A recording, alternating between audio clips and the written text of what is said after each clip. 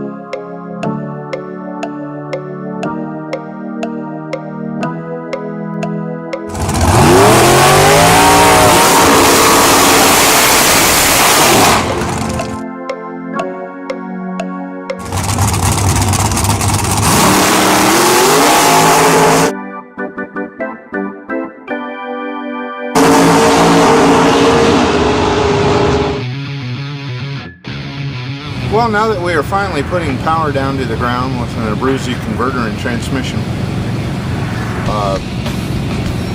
we found a weak link, which is what caused the tire shake in Norwalk. The car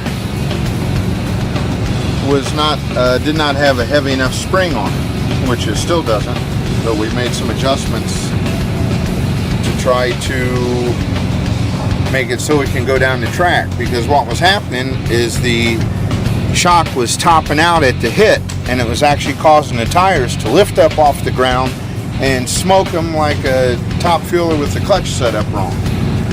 And I couldn't get down the track the first 2 or 3 hits at the track. So Russ Farmer from Race Tech actually come down and looked at it and told me what was going on.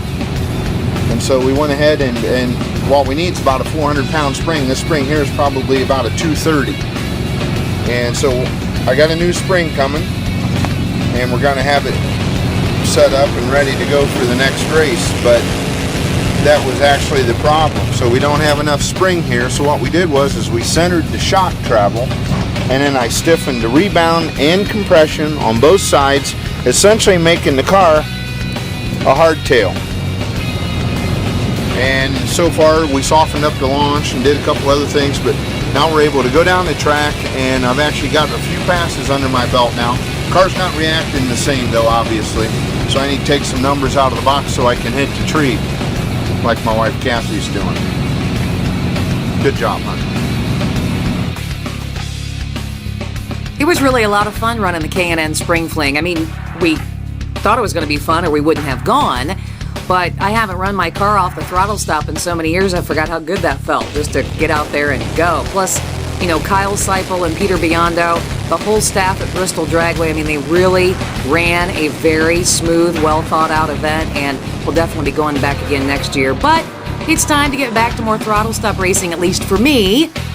And we'll be doing that here in a few weeks. But in the meantime, a whole lot of work to catch up on after being gone for 5 days.